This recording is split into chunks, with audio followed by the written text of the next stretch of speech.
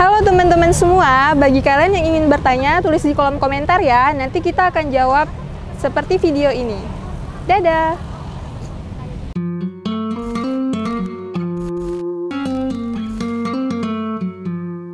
Assalamualaikum warahmatullahi wabarakatuh. Ketemu lagi dengan saya, Cut Insani Raja Cut, dan teman saya, Dinda Marisa. Nah, kesempatan kali ini, insya Allah kami akan menjawab pertanyaan-pertanyaan teman-teman yang udah nanyain di kolom komentar. Nah, yang pertama pertanyaan dari Fikramsah, proses ta'aruf sesuai syariat dong Kak. Nah, kalau misal menurut Dinda nih, proses ta'aruf sesuai syariat itu seperti apa sih? Kalau berbicara tentang proses syariat ta'aruf ya, selama ini yang kita ketahui banyak para anak muda yang salah dalam memaknai ta'aruf itu seperti apa. Iya sih. Banyak yang berkedok seperti pacaran Islami. Mereka salah dalam memaknai apa itu ta'aruf. Nah, gimana sih proses ta'aruf yang benar itu? Yang pertama kita tuh harus memantaskan diri dan harus ada izin dari orang tua. Nah, setelah itu pasti kita akan menyiapkan biodata ta'aruf kita. Dan yang terpenting harus ada pihak ketiga dalam proses ta'aruf, yaitu ada perantaranya. Biasanya yang dijadikan perantara itu orang yang dipercayai dan mengerti tentang syariat dalam Islam. Bagaimana cara berta'aruf yang benar. Nah, kalau misalnya itu tambahan, setelah kita punya perantara, telah memiliki perantara, itu ada proses untuk bertukar biodata. Nah, biodata antara laki-laki dan perempuannya.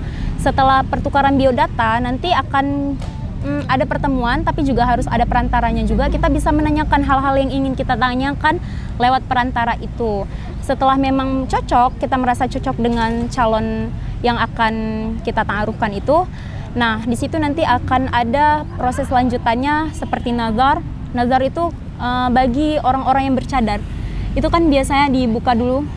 Dan itu hukumnya sunnah untuk melihat muka si wanitanya. Ketika memang sudah ke tahap memang serius dan merasa oh ini cocok nih, baru ada proses kitbah. Nah, kitbah itu biasanya seperti menuju lamaran, setelah itu baru pernikahan. Seperti itu.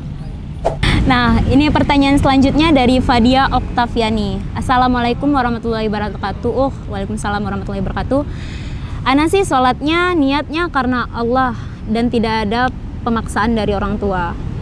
Tapi orang tua Ana melarang Ana berpakaian syariah. Ana tetap berpakaian syariah. Apakah Ana melanggar peraturan dari mama Ana? Nah, kalau menurut saya ya, untuk melanggar dari peraturan mama ya memang melanggar. Tapi kalau ditanya dosa nggak sih? Jawabannya nggak dosa. Karena memang pakaian syariah itu adalah memang sebenar-benarnya pakaian sebagai seorang muslimah dan itu hukumnya wajib. Jadi kalau misalnya memang dilanggar sama orang tua kita tetap melakukannya, tetap berpakaian syariah, itu nggak ada dosa sama sekali. Itu menurut saya sendiri. Kalau menurut Dinda gimana? Kalau menurut Dinda ya, kita tahu ya bahwa berpakaian syar'i itu adalah perintah dari Allah. Maka kita sebagai perempuan harus bisa memahamkan orang tua kita akan hal tersebut. Mungkin ada orang tua kita nggak mengerti tentang ilmu agama, maka disitulah tugas kita sebagai seorang anak memahamkan ke orang tua kita dengan cara yang baik, dengan kelembutan, agar orang tua kita bisa menerima bahwa sebenarnya seorang wanita itu harus berpakaian syar'i. Dan kita juga harus terus berdoa supaya Allah bisa meluluhkan hati orang tua kita agar bisa memberikan izin kita untuk selalu berpakaian syar'i sesuai dengan perintah Allah Subhanahu wa taala. Intinya sih tetap kita harus doa, ikhtiar dan iringi dengan doa. Karena apa? Doa itu melembutkan yang keras. Insya Allah sekeras apapun hati orang tua kita untuk melarangnya, dengan izin Allah, dengan ridha Allah pasti akan tetap lulus juga. Semangat buat kamu. Semangat. Next, pertanyaan selanjutnya dari Aulia Channel. Assalamualaikum warahmatullahi wabarakatuh, Ukhti. Waalaikumsalam warahmatullahi wabarakatuh. Ana mau nanya, jika orang tua tidak mengizinkan anak wanitanya menggunakan cadar atau niqab dan anak wanitanya menggunakan di luar pengetahuan orang tua, apakah itu boleh, Ukhti? Nah, gini, kalau menurut saya pribadi, mendengarkan perkataan orang tua itu hukumnya wajib. Sedangkan menggunakan cadar atau niqab itu hukumnya sunnah.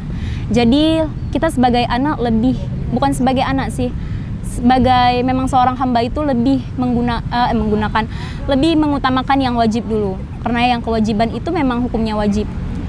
Sedangkan sunnah nanti kalau misalnya memang sudah waktunya, sudah orang tua memberikan izin, insya Allah nanti ya lebih baik nggak usah secara diam-diam kan.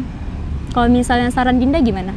Kalau dari saran Dinda ya, kalau misalnya kita belum diizinin nih sama orang tua kita, nah kita lebih baik tuh memperbaiki diri kita dulu, memperbaiki akhlak kita dulu. Mana tahu orang tua kita nggak kasih karena akhlak kita kurang baik.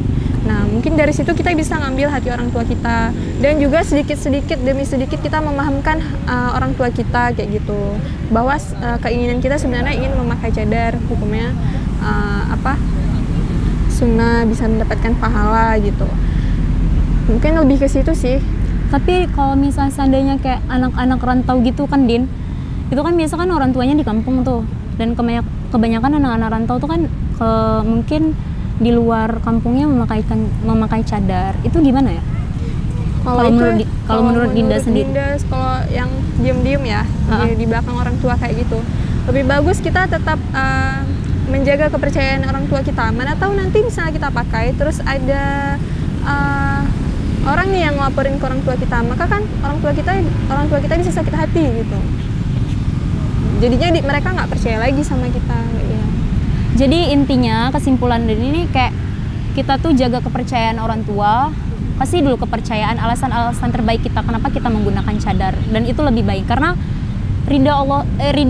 orang tua itu ridha Allah gitu. Jadi kalau misalnya orang tua nggak ridha, ya Allah juga nggak ridha. Oke, ini pertanyaan terakhir dari Linda Safitri. Assalamualaikum warahmatullahi wabarakatuh, Kak.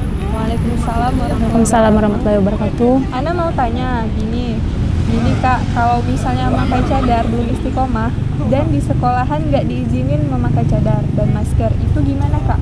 Dan kalau di lingkungan juga nggak memakai, terus makanya cuma pas mau pergi, gimana Kak? Jawab ya Kak, syukran sebelumnya. Sama-sama. Kalau menurut Dinda ya, di sini dibilang dia makai kalau di sekolah nggak diizinin. Nggak apa-apa karena alasan pendidikan, jadi nggak apa-apa kalau nggak pakai. Juga kalau misalnya di lingkungan nggak pakai, mungkin lingkungan kita nggak mendukung kita untuk memakai cadar, jadi nggak apa-apa kalau nggak dipakai. Nah, ketika kita mau pergi nih misalnya, tempatnya ini nggak bisa menimbulkan fitnah kayak gitu, misalnya bisa membahayakan diri kita kayak gitu, maka kita wajib untuk memakainya untuk melindungi diri kita. Lebih ke situ sih, memakai ke tempat-tempat yang memang mendukung untuk kita harus memakai. Kalau dari Icut sendiri gimana? Kalau misalnya dari Icut sih boleh ya, karena kan nggak ada larangan juga. Terus juga dalam mazhab Syafi'i, Imam Syafi'i itu bilang hukum memakai cadar itu kan sunnah yang dianjurkan gitu.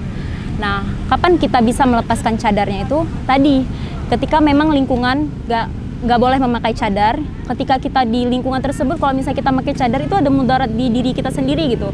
Terus juga memang di area pendidikan, kayak contohnya sekolah atau di perkuliahan yang memang ada dosen-dosen yang tidak memberikan kita untuk memakai cadar. Nah, itu boleh dilepaskan gitu. Kapan kita memakaikan cadar, bahkan bisa menjadi wajib hukumnya ketika kita memang berada di lingkungan yang memang rata-rata laki-laki ajnabi yang bisa menimbulkan fitnah, yang bisa ketika laki-laki itu melihat kita timbul rasa syahwatnya, nafsunya, itu akan menjadi wajib bagi kita, seperti itu. Oke, cuman sampai situ aja pertanyaan yang bisa kami jawab. Mohon maaf apabila ada kesalahan kata maupun sikap. Assalamualaikum warahmatullahi wabarakatuh.